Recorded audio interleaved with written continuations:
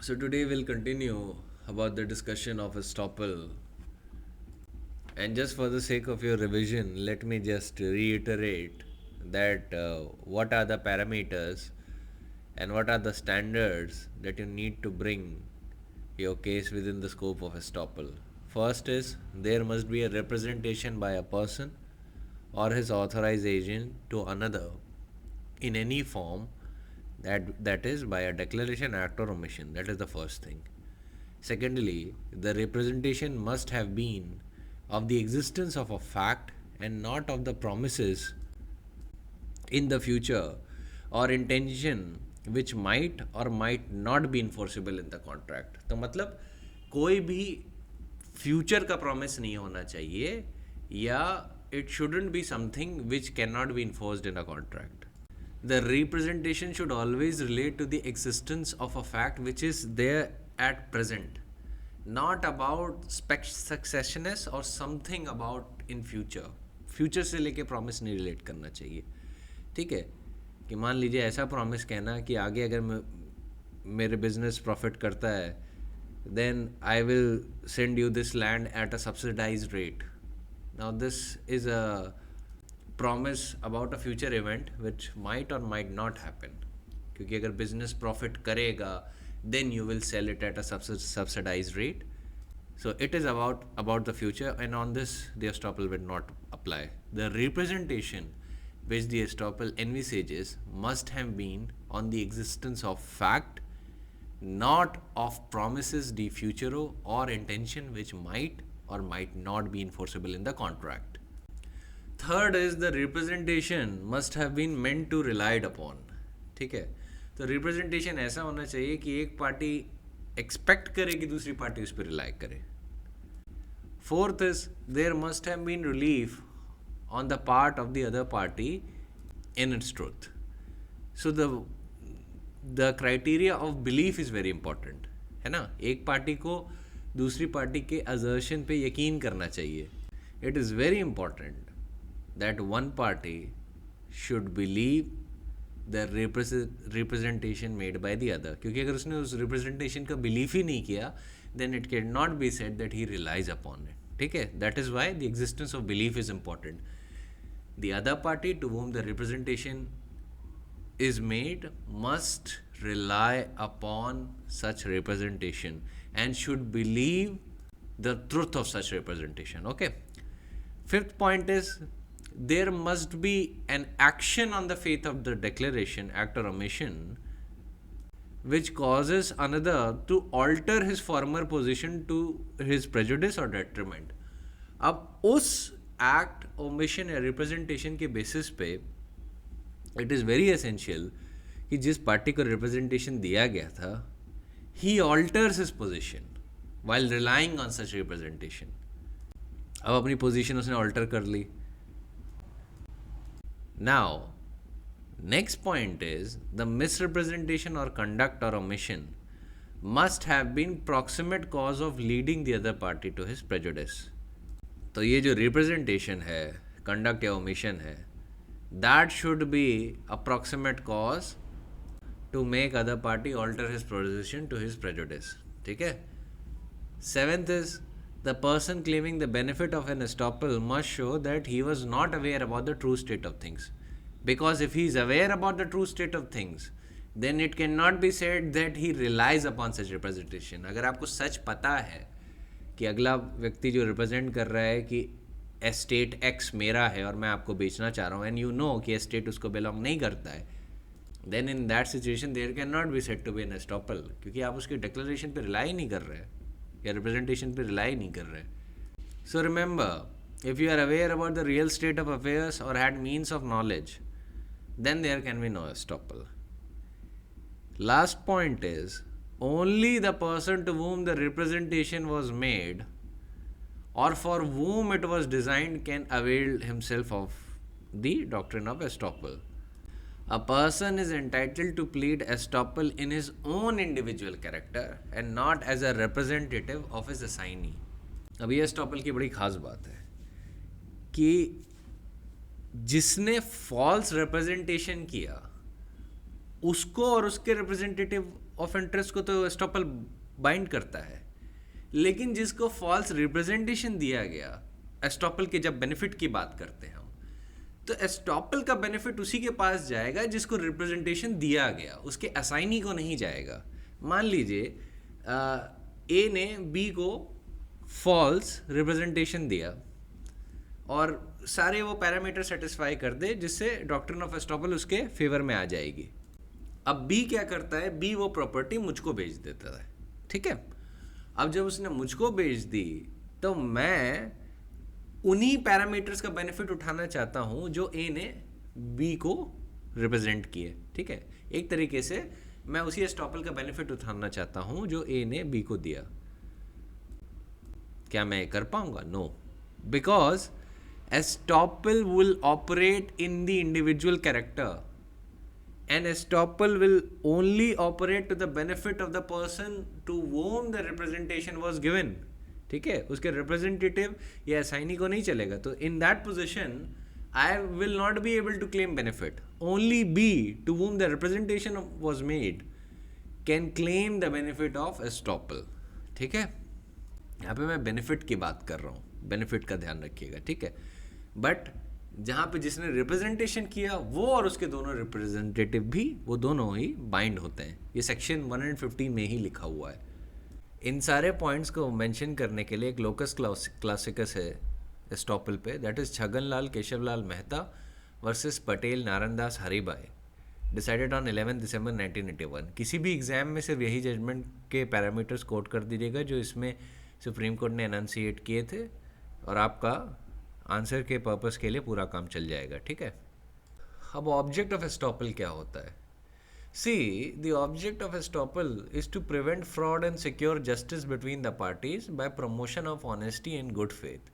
Therefore where one person makes a representation to another about a fact and the other person alters his position on the basis of such representation to his own prejudice, then the doctrine of estoppel would operate in order to secure justice and promoting honesty between the transactions of the parties concerned.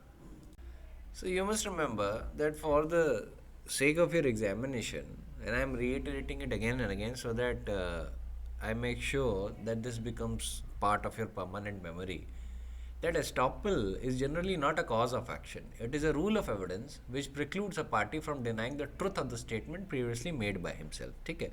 Rule of evidence बार बार इसलिए कह रहा हूँ क्योंकि इसको लेकर prelims में सवाल आता है, तो वहाँ पे अक्सर सही ऑप्शन जो होता है वो रूल ऑफ एविडेंस ही होता है, ठीक है। तो ये जो बेसिक पैरामीटर्स हैं इस पर आप गलत नहीं हो सकते प्रीलिम्स में। मेंस में आप भले ही डिस्क्राइब करके लिख दीजिए कि इक्विटी से निकलता है, बाकी चीज़ें निकलता है, क्योंकि निकलता ही एस्टॉपल की डॉक्ट्रिन इक्विटी से ही है, और फिर वो रूल ऑफ एविडेंस बनती है, उसके और भी इफेक्ट्स होते हैं। लेकिन प्रीलिम्स के पर्पज से तो वहाँ पे एक ही सही आंसर होता है। सो यू शुड नो कि आपको वहाँ पे रूल ऑफ एविडेंस को ध्यान में रखते हुए आंसर देना है। अब सवाल ये आता है कि what is the doctrine of promissory estoppel, क्योंकि ये जो आप एस्टॉपल 115 में देख रहे हैं उससे अलग है, काफ़ी अलग है। क्योंकि while estoppel generally cannot be made a cause of action, the doctrine of promissory estoppel is a species of substantive rights. So let me explain to you in the words of the Supreme Court कि what is the doctrine of promissory estoppel. अब doctrine of promissory estoppel को equitable estoppel भी कहा जाता है, and it is well established in the administrative law of our country. It is a principle evolved by equity to avoid injustice. The basis of the doctrine is that where a party has by his word or conduct made to the other party an unequivocal promise or representation by word or conduct which is intended to create legal relations or affect a legal relationship to arise in the future, knowing as well as intending the representation, assurance or the promise would be acted upon by the other party to whom it has been made and has in fact so acted upon by the other party. The promise, assurance or representation should be binding on the party making it, and the party should not be permitted to go back upon it if it would be inequitable to allow him to do so, having regard to the dealings which have taken place or are intended to take place between the parties. अभी काफ़ी कुछ आपको 115 की तरह sound कर रहा होगा, पर ये 115 का एस्टॉपल नहीं है. आपको पता है 115 का जो एस्टॉपल है वो फ्यूचर में नहीं अप्लाई करता, फ्यूचर के प्रोमिसेस के लिए नहीं अप्लाई करता, right. But this estoppel does so, promissory estoppel apply करता है. और प्रोमिसरी एस्टॉपल सबसे ज़्यादा किसके खिलाफ क्लेम किया जाता है? गवर्नमेंट के खिलाफ. And the doctrine of promissory estoppel is not only applicable in the matters of parties, but it is also applicable against the government. And wherever court finds it necessary to prevent fraud or manifest injustice, the court will invoke the doctrine of promissory estoppel. ठीक है? लेकिन always remember, the court will not invoke the doctrine of promissory estoppel to carry out an illegality or to compel the government or public authority to carry out a representation or promise which is contrary to law or which was outside of the power or authority of the officer or the government who made such representation or promise. ठीक है. अब promissory estoppel को invoke करने के लिए कुछ grounds चाहिए होते हैं. पहला, that the party must make unequivocal promise or representation by word or conduct to the other party. दूसरा, the representation was intended to create legal relations or affect the legal relationship to arise in the future. तीसरा, a clear foundation has to be laid in the petition with supporting documents. चौथा, it has to be shown that the party invoking the doctrine has altered its position while relying on the promise. पांचवा, in the case of government, the government can resile from its promise when the public interest would be prejudiced if the government were to require to carry out the promise. And छठा and last, the court will not apply the doctrine in abstract. ये promissory estoppel के rules हैं. It is different from your regular estoppel under 115. ये 115 में नहीं आता है. अब difference है minor सा, but difference is there nonetheless. आपको याद रखना चाहिए 115 फ्यूचर के प्रॉमिस या रिप्रेजेंटेशन पे नहीं अप्लाई होता. While promissory estoppel फ्यूचर के प्रॉमिस और रिप्रेजेंटेशन पे अप्लाई होता है if the representation was intended to create legal relation or affect the legal relationship to arise in the future. promissory estoppel पे जब भी आप शॉर्ट नोट लिखेंगे या कोई आंसर लिखेंगे तो Motilal Padampat sugar mills company limited versus state of UP का केस ज़रूर मेंशन करिएगा. ये promissory estoppel पे लोकस क्लासिकस है, या आप सीधे लिख सकते हैं MP sugar mills versus state of Uttar Pradesh. इसे याद रखना भी आसान हो जाता है. अब इस केस में सुप्रीम कोर्ट ने कहा था कि we do not think it is necessary in order to attract the applicability of the doctrine of promissory estoppel that the promisee acting in reliance on the promise should suffer any detriment. What is necessary is that the promisee should have altered his position in the reliance to the promise. promissory estoppel के लिए सिर्फ इतना ही ज़रूरी है कि he should have altered his position while relying on that promise. It is not necessary that he should have suffered any damage or harm. But then the Supreme Court said in this case, but it is necessary to point out that since the doctrine of estoppel is an equitable doctrine, it must yield to equity when so requires. If it can be shown by the government having regard to the facts as they have transpired that it would be inequitable to hold the government to the promise made by it, and the court would not raise an equity in favor of the promisee and enforce the promise against the government. मतलब अगर equity ही उस party के favour में नहीं है जो party promissory estoppel claim कर रही है और इक्विटी गवर्नमेंट के फेवर में है, then in that case court will not invoke the doctrine of promissory estoppel, क्योंकि this very doctrine is based on equity. अब इक्विटेबल रेमेडीज़ की एक खास बात ये भी होती है, मैं आपको बता दूं, इंजंक्शन भी इक्विटेबल रेमेडी होती हैं. इक्विटेबल रेमेडीज़ की खास बात ये होती है कि अगर इक्विटी आपके फेवर में नहीं है पर आपने पैरामीटर सारे सेटिस्फाई कर दिए, but even then the equity is not in your favour, तब आपको ऑर्डर नहीं मिलेगा इक्विटेबल किसी भी तरीके की इक्विटेबल रेमेडी का.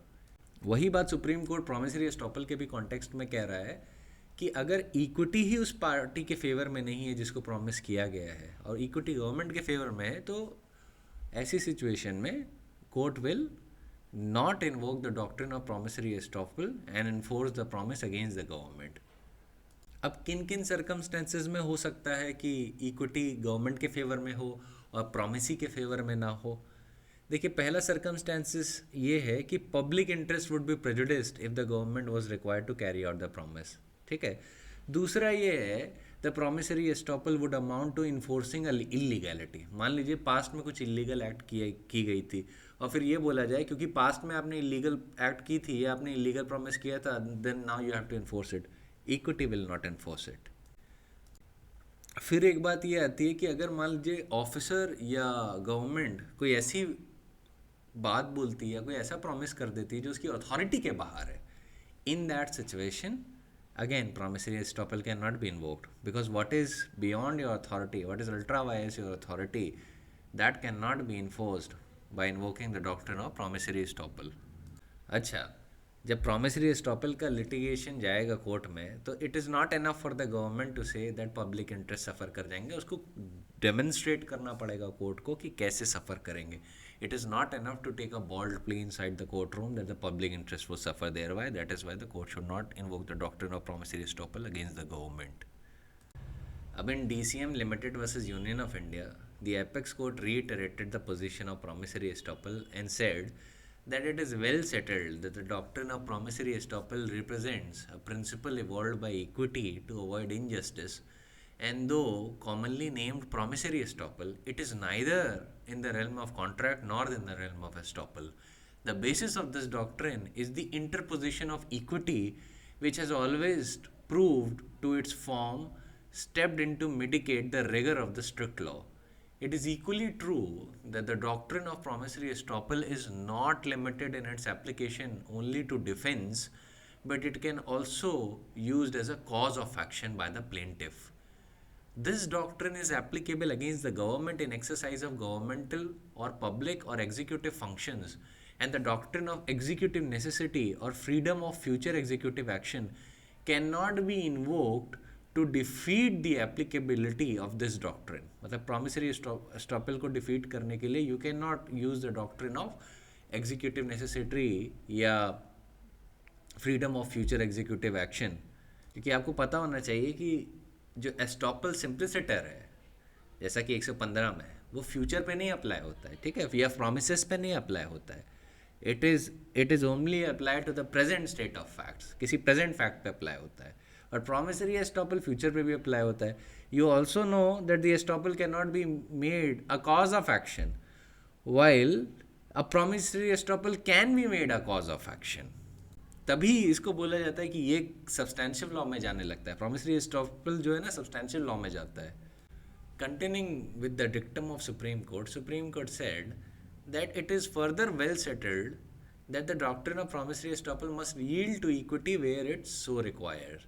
If it can be shown by government or public authority that having regard to the facts of the case as have transpired, it would be inequitable to hold the government or public authority to promise or representation made by it, the court would not enforce the promise against the government or public authority. The doctrine of promissory estoppel would be displaced in such a case on the basis of facts of the case, and the equity would not require the government or public authority should be bound by the promise or representation made by it. तो उसके लिए आप जानते क्या ground है? Public interest या sovereign legislative act या past illegality को रिटरेट करने का प्रॉमिस कर दिया था। तो इलीगल एक्ट को लेकर जो भी प्रॉमिस किया जाता है, इक्विटी कभी भी उसके फेवर में नहीं होती। अच्छा, ये जो पब्लिक इंटरेस्ट का जो क्लॉज है जो प्रॉमिसरी एस्टॉपल पे लगता है, इसको लेके एक चीज़ का ध्यान रखिएगा कि सुपरवीनिंग पब्लिक इंटरेस्ट भी होता है। कि मान लीजिए कि at the time of making the promise public interest was in the favour of the promisee, but आगे चल के जब प्रॉमिस के परफॉर्मेंस की बात आई तो ऐसी सिचुएशन में कुछ सुपरवीनिंग सर्कमस्टेंसेस हो गए where that promise would be against public interest. तो supervening public interest would also be a considerable factor where the doctrine of promissory estoppel would not be granted or invoked in the favor of the promisee. अब याद रखिएगा, promissory estoppel कोई भी estoppel, चाहे वो promissory हो या कोई भी estoppel की doctrine हो, that cannot apply against statute या sovereign act या जहाँ पे it will interfere with public interest या जहाँ पे policy decision का matter है। policy decision में भी promissory estoppel नहीं लगता है। जैसे मान लीजिए गवर्नमेंट ने एक असर्शन दिया किसी पर्सन को कि हम अपनी पॉलिसी बनाएंगे एक पर्टिकुलर बिजनेस के फेवर में, ठीक है। फिर बाद में due to some supervening public interest circumstances government को लगता है कि we can not make such kind of policy as it would be illegal और इनएक्सपीडियंट। तो ऐसी सिचुएशन में अगर प्रोमिसरी एस्टॉपल का ग्राउंड बना के एक सूट जाता है कोर्ट में in order to enforce the rights on the basis of promissory estoppel, तो कोर्ट बोल देगा कि पहली बात तो पॉलिसी डिसीजंस जो प्योर मैटर हैं एग्जीक्यूटिव के, वो चेंज किए जा सकते हैं, ठीक है। तो उस पर प्रॉमिसरी एस्टॉपल नहीं लगेगा। दूसरी बात यह है अगर पब्लिक इंटरेस्ट उसी ग्राउंड पे पॉलिसी को चेंज करने को मैंडेट करता है देन ऑल्सो प्रॉमिसरी एस्टॉपल नहीं लगेगा। प्रॉमिसरी एस्टॉपल और कब नहीं लगेगा? व्हेन किसी लॉ के अंडर काम हो रहा है, ठीक है, या स्टैट्यूट के खिलाफ प्रॉमिसरी एस्टॉपल दिया गया है, देन प्रॉमिसरी एस्टॉपल नहीं लगेगा। An illegal act or an act against a statute can never be ratified by the doctrine of estoppel, be it promissory or any kind of estoppel. अब in MP sugar mills versus state of UP में Supreme Court ने ये बोला था कि promissory estoppel governmental public या sovereign capacity में where it is necessary to prevent fraud और मैनिफेस्ट इनजस्टिस, तो उस एक एक्सेप्शनल सर्कमस्टेंसेस में अप्लाई कर सकता है। एक एक्सेप्शनल सर्कमस्टेंसेस दिए थे कि वेयर द गवर्नमेंट पब्लिक और सोवरेन कैपेसिटी में एक्ट किया जा रहा है और where it is necessary to prevent fraud या मैनिफेस्ट इनजस्टिस। सिर्फ एक एक्सेप्शनल सर्कमस्टेंसेस है जहाँ पे अप्लाई किया जा सकता है, पर जनरली नहीं किया जाएगा। देखिए जनरल रूल की हम पहले बात करते हैं। जनरल रूल ये होता है कि सॉवरेन कैपेसिटी में एक्ट किया गया है, लॉ के अंडर एक्ट किया गया है, तो वहाँ पे एस्टॉपल नहीं लगेगा, प्रॉमिसरी हो चाहे जो एस्टॉपल हो। लाइन याद रख लेगा, estoppel does not operate against the law और अ स्टैट्यूट। तो हमें कौन कौन से एक्सेप्शन मिल जाते हैं मैं फिर एक बार रिटरेट कर देता हूँ। पहला, estoppel does not operate against the statute promissory estoppel के कंटेक्स्ट में, और बाकी ये तो सारे एस्टॉपल पे अप्लाई करता है। Estoppel does not operate against the law, estoppel can not operate against sovereign act of the legislature पे नहीं अप्लाई करेगा। Promissory estoppel can not operate against public interest, जहाँ पे पब्लिक इंटरेस्ट वो सफ़र दे पाए। Promissory estoppel can not be invoked where the equity is not in the favour of the promisee, ठीक है। अब आप सोच रहे होंगे कि इतने यहाँ पे लिमिटेड ग्राउंड है तो प्रॉमिसरी एस्टॉपल किस चीज़ में किया जाता है? प्रॉमिसरी एस्टॉपल देखिए बहुत वाइड रहता है, बहुत ज़्यादा वाइड रहता है। ये तो लिमिटेड क्लॉजेज है ना।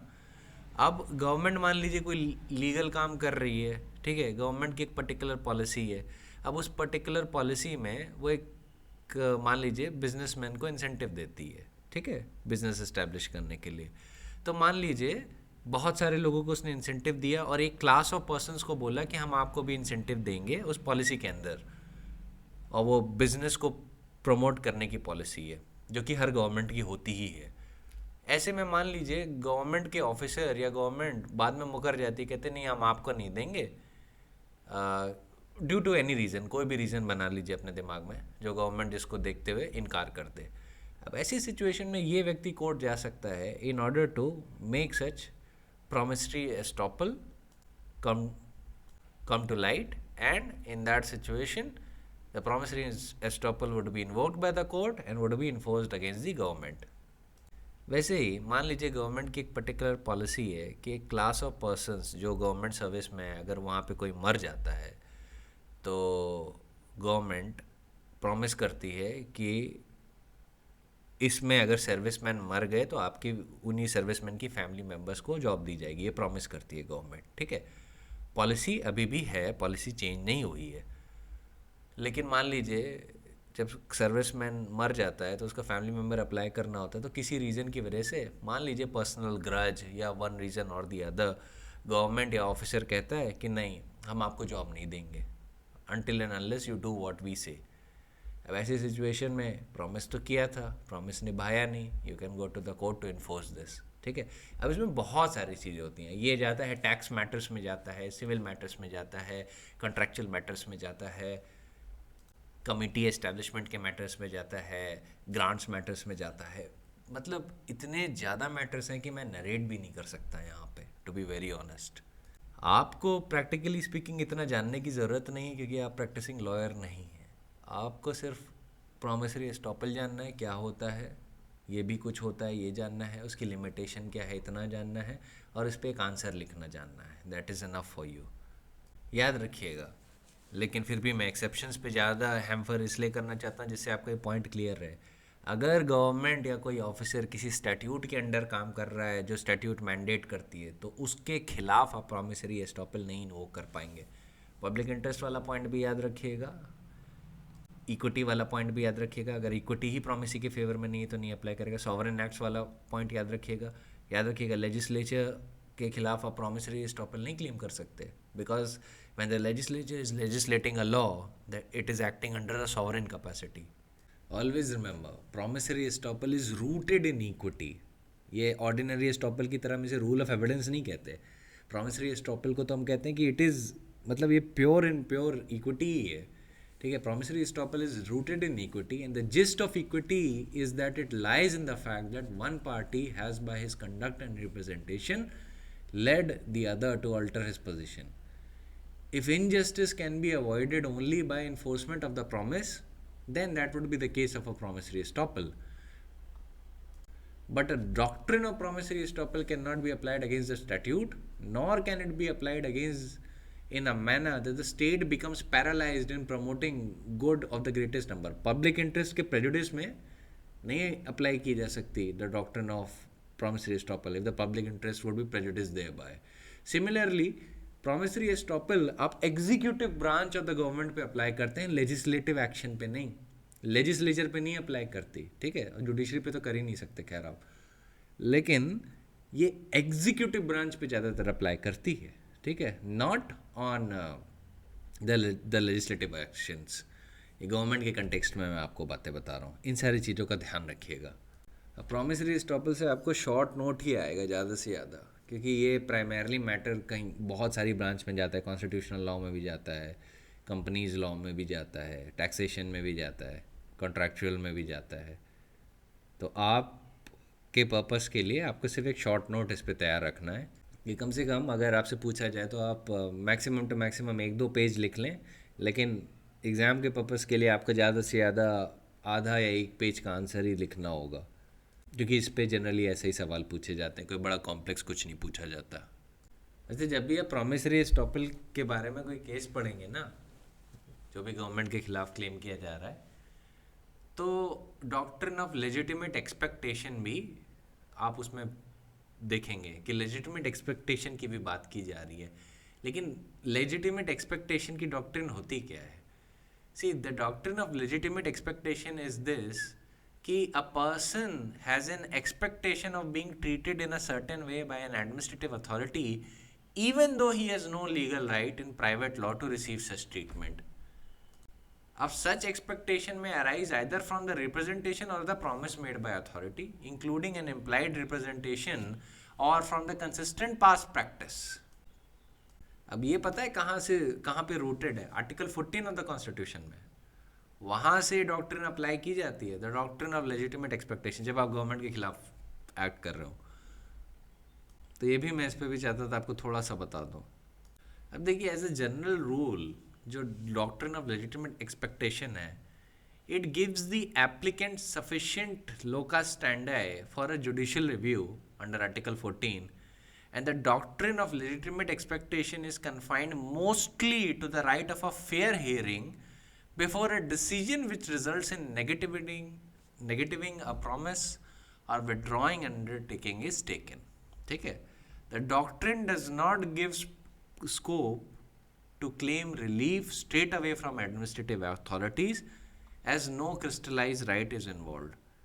Similarly, where there is an overriding public interest, the doctrine of legitimate expectation would be defeated. Same parameters पे ये भी डॉक्ट्रिन डिफीट हो जाएगी। ये तो थोड़ी कमज़ोर भी होती है, काफ़ी कमज़ोर होती है प्रॉमिसरी एस्टॉपल से, क्योंकि वहाँ पे तो फिर भी राइट और इक्विटी की बात आ जाती है। लेजिटिमेट एक्सपेक्टेशन की डॉक्ट्रिन जो होती है वो बस इस तरीके की होती है कि एक पार्टी ये सोचती है by looking at the past practices और बाय द रिप्रेजेंटेशन और the conduct of the party, the conduct of the government or the officer,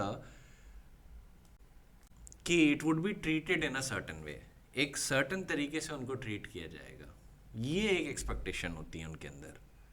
अब इस डॉक्ट्रिन के अंदर आप सीधे सीधे रिलीफ नहीं क्लेम कर सकते, सीधे सीधे नहीं कर सकते।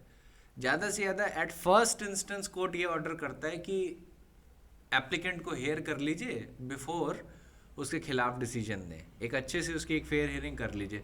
उसके बाद जब मैटर दोबारा जाता है कोर्ट में, then the court sees that legitimate expectation की डॉक्टर सेटिस्फाई हो रही है नहीं, क्या ग्रांट करना चाहिए या नहीं, बहुत सारे उसमें फिर रीजंस और चीज़ें देखी जाती हैं। But at the first instance क्या होता है, एट द फर्स्ट इंस्टेंस सिर्फ और सिर्फ दो चीज़ें ही की जाती हैं। पहला, फेयर हियरिंग का राइट। अगर उस फेयर हियरिंग के बाद अथॉरिटी या गवर्नमेंट ने खुद ही आपके फेवर में डिसीजन दे दिया तो बहुत अच्छा।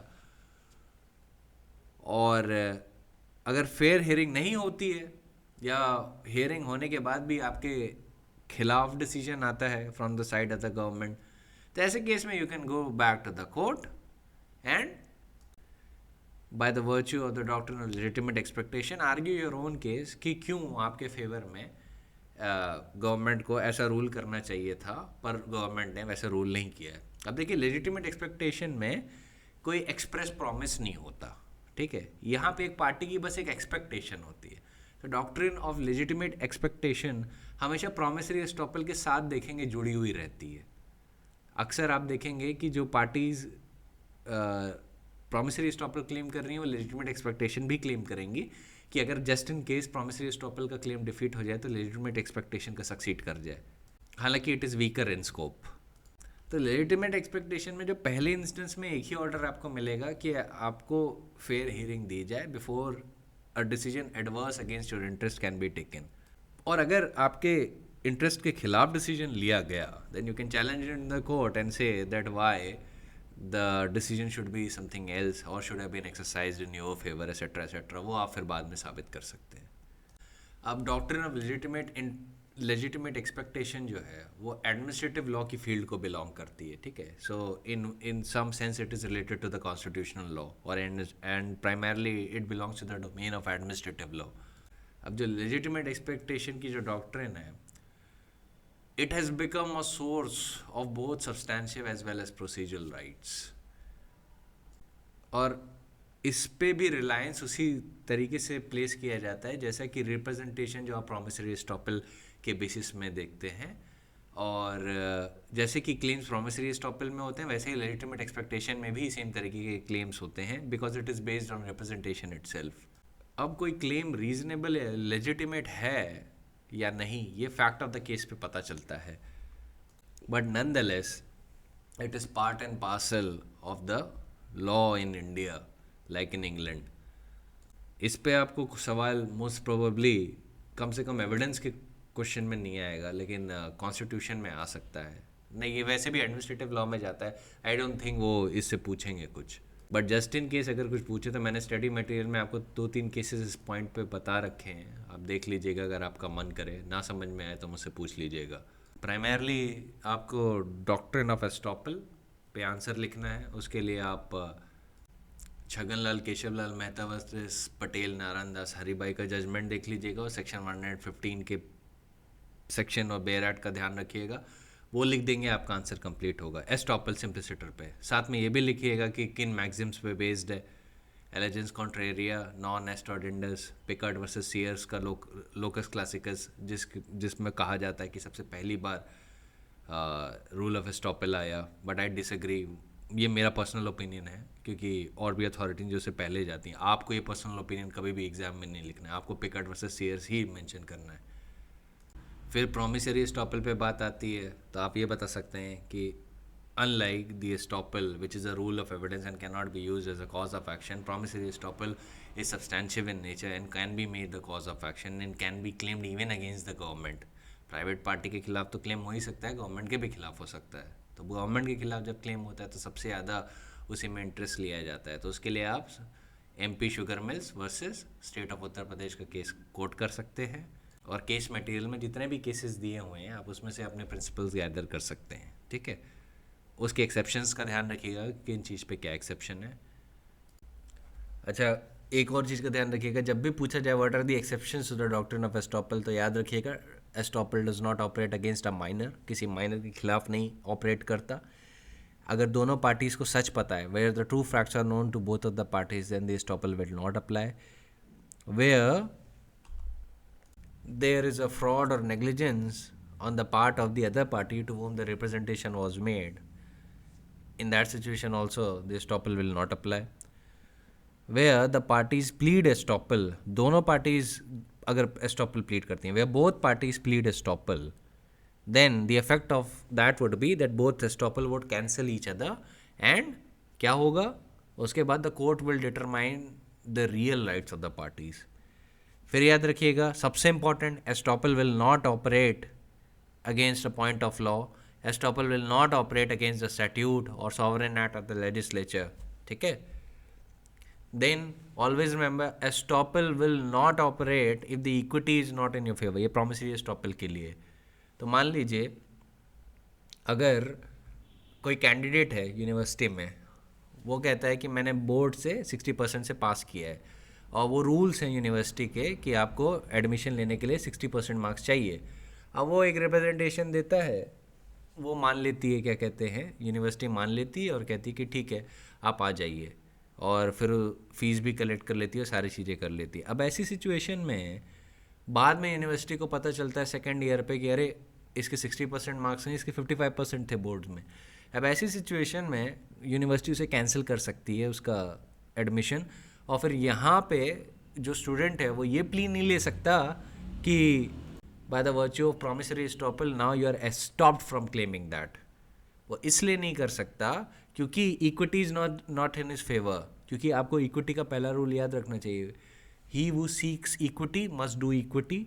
दूसरा, इक्विटी क्लेम करने के लिए you should come to the court with clean hands. यहाँ पे क्लीन हैंड का मतलब डेटॉल से या सैनिटाइज़र से साफ़ करना नहीं है, यहाँ पे क्लीन हैंड का मतलब है कि आप ऑनेस्ट और बोनाफाइड तरीके से अपना क्लेम एस्टेब्लिश करिए। अगर आपने फ्रॉड किया है या इलीगैलिटी कमिट की है या कुछ भी इमोरल किया है तो इक्विटी आपके फेवर में एक्ट नहीं करेगी।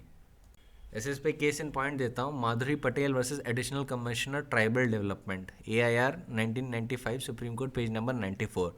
Here, the Supreme Court did not allow the benefit of promissory estoppel to a candidate who secured the admission through a false caste certificate, and he was claiming a plea with promissory estoppel on the basis of estoppel that he cannot be barred from the admission in the education institution because the university, by accepting his admission at the first instance, is now stopped. Supreme Court ने कहा ऐसा नहीं है, and the candidate has obtained admission to the educational course by fraud, and he cannot claim to continue being a student of such university on the basis of doctrine of estoppel. यहाँ पे estoppel इस तरीके से operate नहीं करता because the equity was not in his favor. जो भी party to the fraud है वो estoppel नहीं क्लेम कर पाएगा, याद रखिएगा। वैसे ही अगर मान लीजिए कि if a candidate has appeared at the examination by misrepresenting facts, like imagine a non-graduate appearing at a law exam. मान लीजिए 3 ईयर के LLB कोर्स के लिए एक नॉन ग्रेजुएट अपेयर कर जाए, ठीक है। तब ऐसी सिचुएशन में अगर बाद में यूनिवर्सिटी ने पहले उसे एग्ज़ाम में एडमिट कर लिया और फिर बाद में पता चला अरे तो ग्रेजुएट है ही नहीं, इसको क्या कहते हैं, इसको हम 3 साल के कोर्स में एडमिट नहीं कर सकते, बाद में उसका एग्जामिनेशन और बाकी चीज़ें कैंसिल कर दें, तो ऐसी सिचुएशन में जो कैंडिडेट है वो ये ग्राउंड नहीं ले सकता कि ना the university has been estopped from cancelling the examination and his admission. ये ग्राउंड नहीं ले पाएगा वो। क्यों? Because he is lying in the first instance, he is committing a fraud and equity is not in his interest. वैसे ही अगर मान लीजिए कि अगर लॉ का कोई प्रोविज़न वायलेट होगा if you admit such type of student, then in that situation also the doctrine of estoppel, even the doctrine of promissory estoppel will not operate, ठीक है। अब एक इशू आ जाता है estoppel अगेंस्ट यूनिवर्सिटीज़ का, जहाँ पे स्टूडेंट या कैंडिडेट ने कोई फ्रॉड नहीं कमिट किया है पर मिस्टेक हुई है यूनिवर्सिटी इटसेल्फ से। तो देखिए doctrine of estoppel can be invoked against the university also. ठीक है, अब एक there was this case of university of Madras versus Sundara Shetty 1956 MLJ page 25 is its citation. In this case, the university was stopped from claiming that a student had not actually passed, but that his mark sheet contained a mistake. अब हुआ क्या था, जिसमें इस case में जो student था, he was declared successful in SSLC exams and he got certificates and got himself admitted in a college. While in his senior class, he received a notice that his name was not in the list of SSLC holders. Thus, his name was removed from the college rolls. In this case, Supreme Court held that this is a case of legal or equitable estoppel which satisfies practically all the conditions of Section 115, and the university could not deny him his right. Moreover, there was no malafide on the part of the respondent. That was the student. इस case में respondent student था. The fact that there was a miscalculation of marks was within the special knowledge of the university and it was not known to any other person. Hence, in this case, one cannot remove the student और student को वापस admit करवा दिया गया था. ठीक है. Next case is Sri Krishna versus Kurukshetra University. This is a case of Supreme Court. AIR 1976 Supreme Court page number 367. अब इसमें था कि एक बार कैंडिडेट को आपने एग्जामिनेशन में एडमिट कर लिया तो आप उसका एडमिशन कैंसिल इस बात पे नहीं कर सकते क्योंकि एग्जामिनेशन फॉर्म में थोड़ी मिस्टेक हो गई थी, इन्फॉर्मिटीज़ हो गई थी। ऐसी सिचुएशंस में यूनिवर्सिटी इज़ एस्टॉप्ड। अब ध्यान रखना चाहिए यहाँ पे ऑपोजिट पार्टी, जितने भी केसेस मैं यहाँ पे बता रहा हूँ, यहाँ पे स्टूडेंट ने और रिस्पॉन्डेंट ने कोई फ्रॉड नहीं कमिट किया था। अगर इसी केस में फ्रॉड कमिट कर लेते ना तो प्रॉमिसरी एस्टॉपल तो छोड़ दीजिए, किसी भी एस्टॉपल का बेनिफिट ना मिलता उनको। जैसे कि इसरार अहमद वर्सेस स्टेट में AIR 1982 MP पेज नंबर 205। यहाँ पे क्या हुआ था, यहाँ पे एक कैंडिडेट ने in admission to a polytechnic course had forged a false caste certificate और उसके बेसिस पे एडमिशन लिया था। जब वो ऑलमोस्ट अपना कोर्स कंप्लीट करने वाले थे तब यूनिवर्सिटी को पता चला और यूनिवर्सिटी ने इनका जो एडमिशन था वो कैंसिल कर दिया। हाई कोर्ट ने बेनिफिट नहीं दिया, हाई कोर्ट ने सीधे बोल दिया you are guilty of fraud, you can not be given the benefit of estoppel. ठीक है, इस चीज़ का ध्यान रखिएगा। Now I come to another case that is Sanatan Gauda versus Berhampur university, AIR 1990 Supreme Court page number 1075. In this case, the appellant candidate, while securing his admission in a law college, had admittedly submitted his MA mark sheet along with application for admission. The law college admitted him. He pursued his study for 2 years. The university had also granted him admission card for the pre-law and intermediate law exam. He was admitted to the final years of the course. ये fact of the case है. The university, after that, raised an objection about his eligibility at the stage of declaration of result and pre and intermediate stage. The university contended that since the appellant has not secured the required number of marks in MA examination, he was not entitled to be admitted to the law course. The appellant had secured few marks in a particular paper of MA, and the university relied on certain technical rules which were challenged by the appellant. It was held by the Supreme Court that the university is clearly stopped from refusing to declare the result of the appellant or from preventing him from pursuing the final year course. The appellant had produced his mark sheet before the college authority with his application for admission, and he cannot be accused of making any false statement or suppressing any relevant fact before anybody. It was bounden duty of the university to have scrutinized the matter thoroughly before permitting the appellant to appear at the examination, and not having done so, it cannot now refuse to publish his result. ठीक है, ये supreme Court ने hold किया था। तो जब university के खिलाफ मैटर होता है कि मान लीजिए कि आप कुछ रूल से हो सकता है ना क्वालिफाई कर रहे हो, जो मान लीजिए टेक्निकल एस्पेक्ट्स के हैं, जो एडमिनिस्ट्रेटिव रूल्स और सर्कुलर्स हैं, उसके हिसाब से आप ना क्वालिफाई कर रहे हो, आपने यूनिवर्सिटी में अप्लाई किया, यूनिवर्सिटी ने आपको एडमिट कर लिया, पर आपने कोई फ्रॉड नहीं किया है, आपने तो अप्लाई किया था, आपको रूल्स के बारे में पता नहीं था, आपने अप्लाई किया और आपने अप्लाई किया तो यूनिवर्सिटी ने आपको एडमिट कर लिया, आपको एग्ज़ाम भी देने दिया, और जब you come at the fag end of the completion of your course, तब वो कहते हैं नहीं हम आपको नहीं ले सकते क्योंकि eight the time of your admission जो एडमिशन था वो डिफेक्टिव था, तो आपने तो कोई फ्रॉड नहीं किया ना ऐसे में। तो in this situation the estoppel would be raised for your benefit, जैसे कि you can gather from the ratio of Sanatan Gaud versus Behrampur University, ठीक है। तो estoppels can be claimed against the universities as well and any public authorities for that matter. estoppel कहीं से confined नहीं है। तो यहाँ तक हमने estoppel का जितने भी legal principles थे वो majority complete कर लिए हैं। तो अब estoppel तो हमारा ख़त्म हो जाता है, ठीक है, जो सेक्शन 115 में है।